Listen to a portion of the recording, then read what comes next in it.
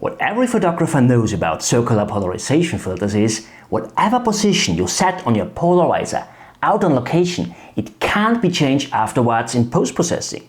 So choosing the wrong polarization level will ruin your photo. But what if I would tell you that there exists a new type of polarizer which allows you to do exactly that? Out in the field, we focus just on the composition and the light, and afterwards in post-processing, we choose the right polarization level. How it works and which filter you need therefore is revealed in this video.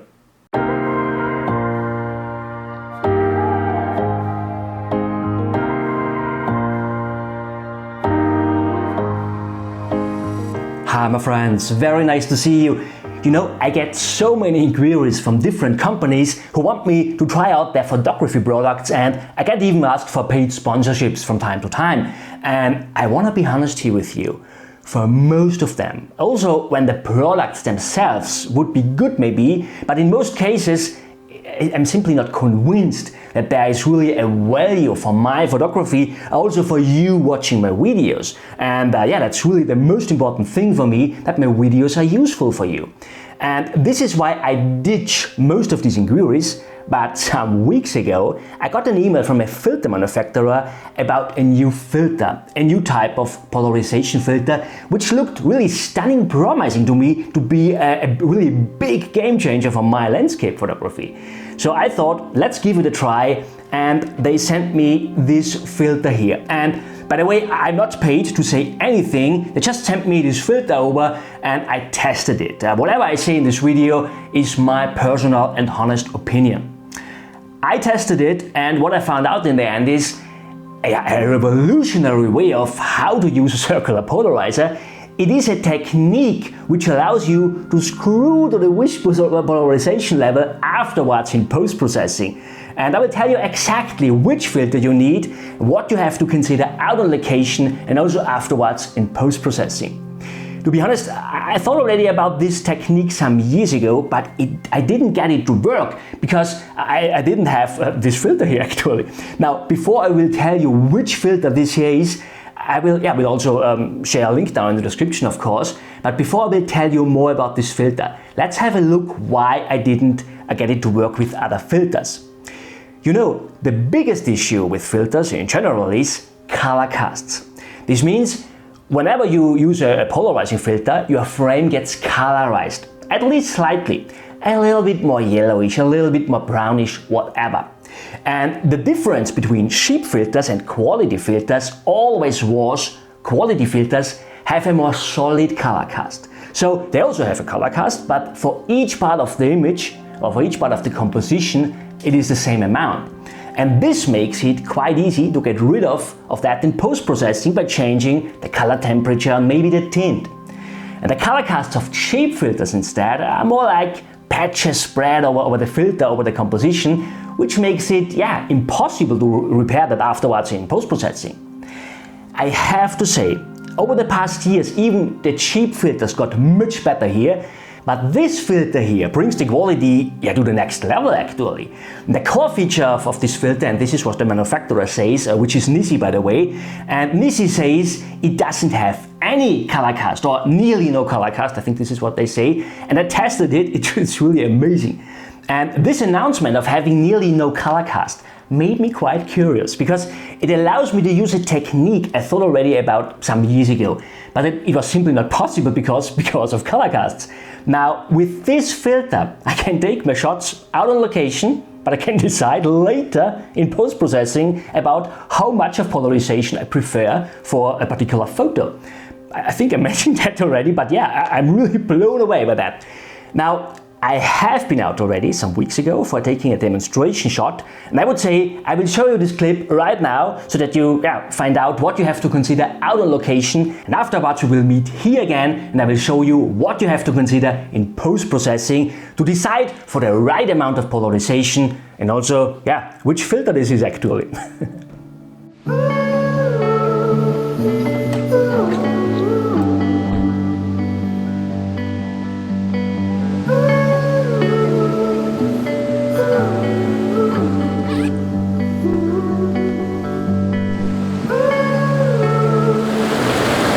what I did already is I built up a composition as usually. This means usually I would pay much more effort on my composition. I would really think more about a story and something like that. In this case, get the composition for demonstration issues. I simply just looked for the rocks which offers the best glare or something like that.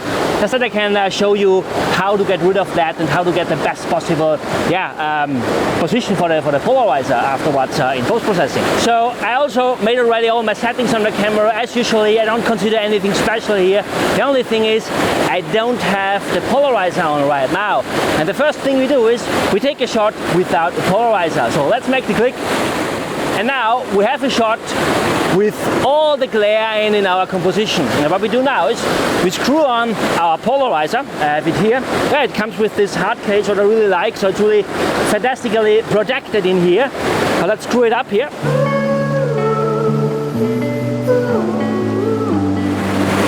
So the polarizer is on here now, and now we do something we usually don't want to do. We go to 100% of polarization. So let's do that. A little bit more. I went over it. I do it once more, and here we are, 100% polarization. And now what we do is we make one more exposure. And I would say, let's make the click. So now we have one shot without the polarizer, so with all the glare in our composition, and we have one shot with the polarizer, so without any glare in. And the next step is done in post-processing. And by the way, there is a way which also works with each other circular polarizer, but there's one thing really to master it, to get a really fantastic photograph, that is really just works with this filter here. So I would say let's go back and let's have a look what we have to do in post-processing.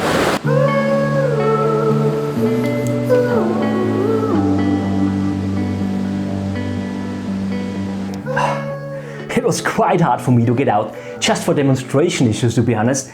Yeah, you know, usually composition, light and storytelling, all these things are the most important things for me when I take a photograph. But I have to be honest, it was really enjoyable to play around with this filter here, and I will tell you later about this NiSi filter in a minute. First of all, let me show you how we can adjust the polarization level now afterwards in post.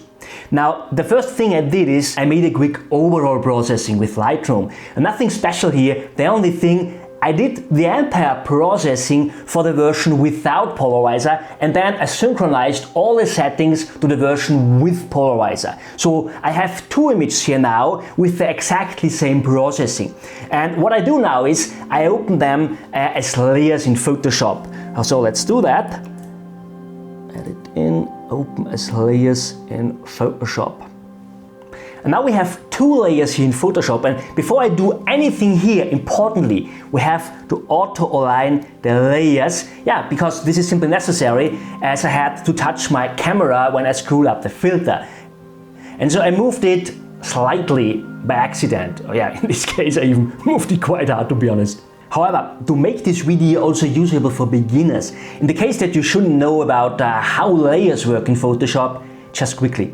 It is like a stack of paper. When you look at it from above, you see just that one layer which is on the top of the stack. So the upper layer here is what we see in the image, and this is the glare version. In this case, this means the version without polarizer. When I disable the upper layer, we see the layer below, and in this case the layer below is the version with polarizer. We have eliminated all the glare here. So this is glare version, no glare. Glare version, no glare.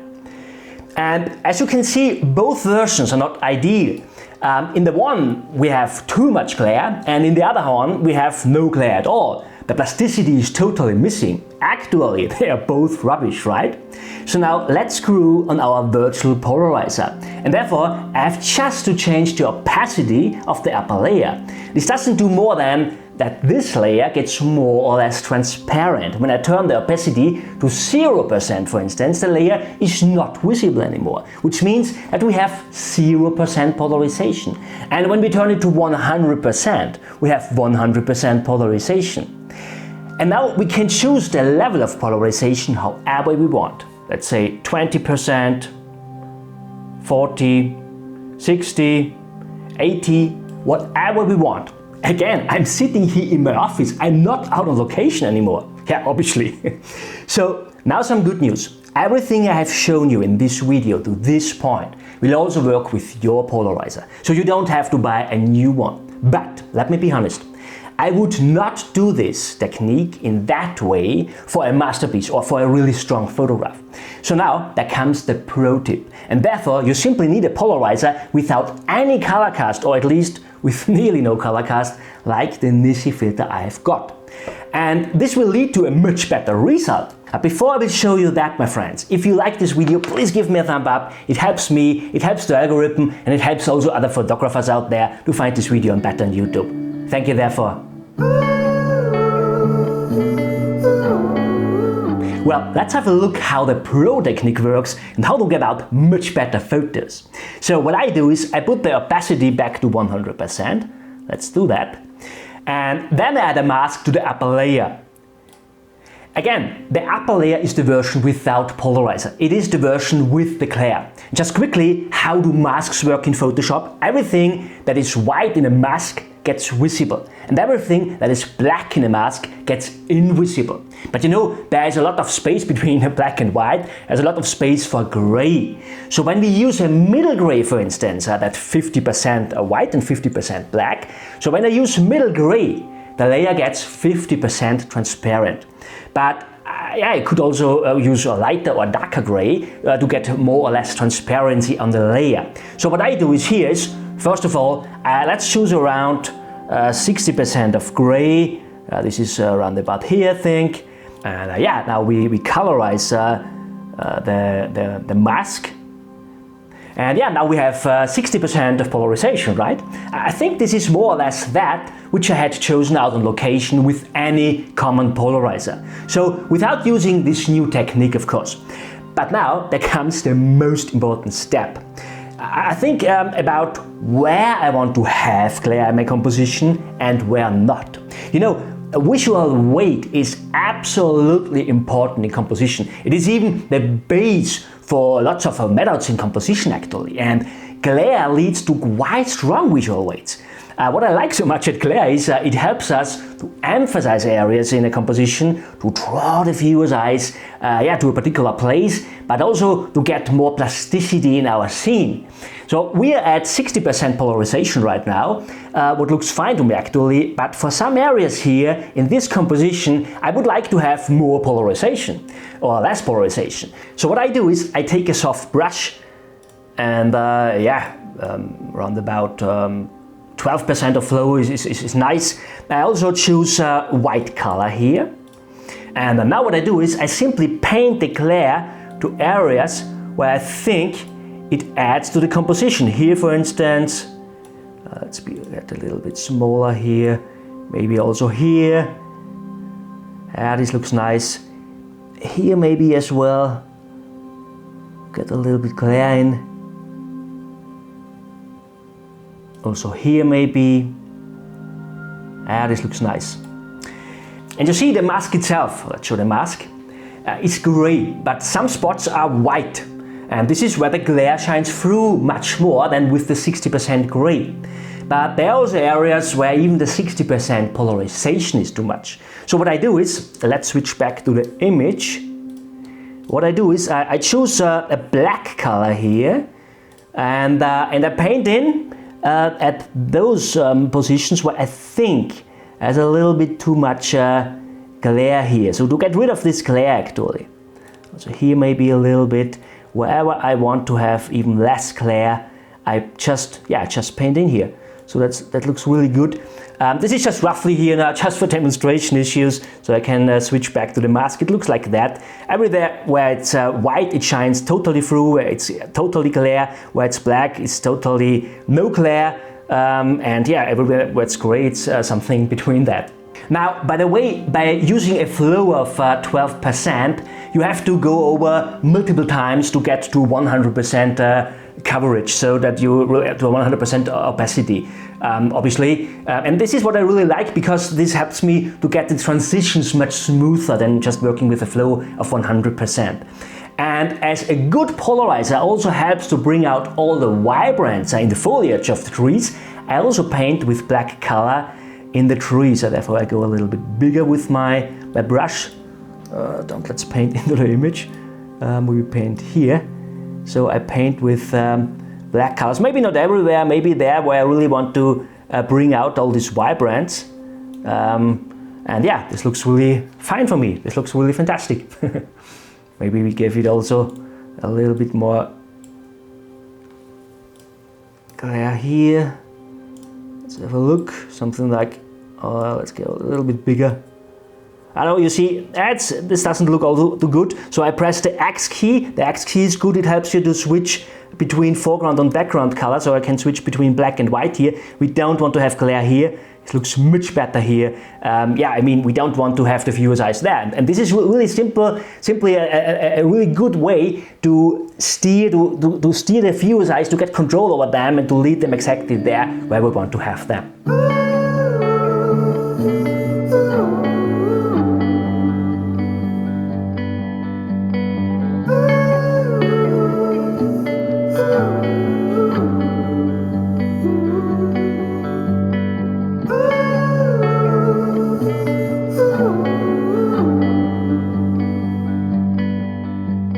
Again, this image here is definitely not a masterpiece. It's far away from that. The composition is, yeah, it's bad. It's quite messy down here. It's also not ideal here at the right hand side, quite messy. It doesn't make all too much sense here. But I have to say, I can't wait to play around more with this filter here for my productive photography. And now for this pro technique with painting in the glare at particular areas, you definitely need a filter without any color cast. Yeah, if you would use a common polarizer, it would lead to the same problem we would have with choosing a cheap filter.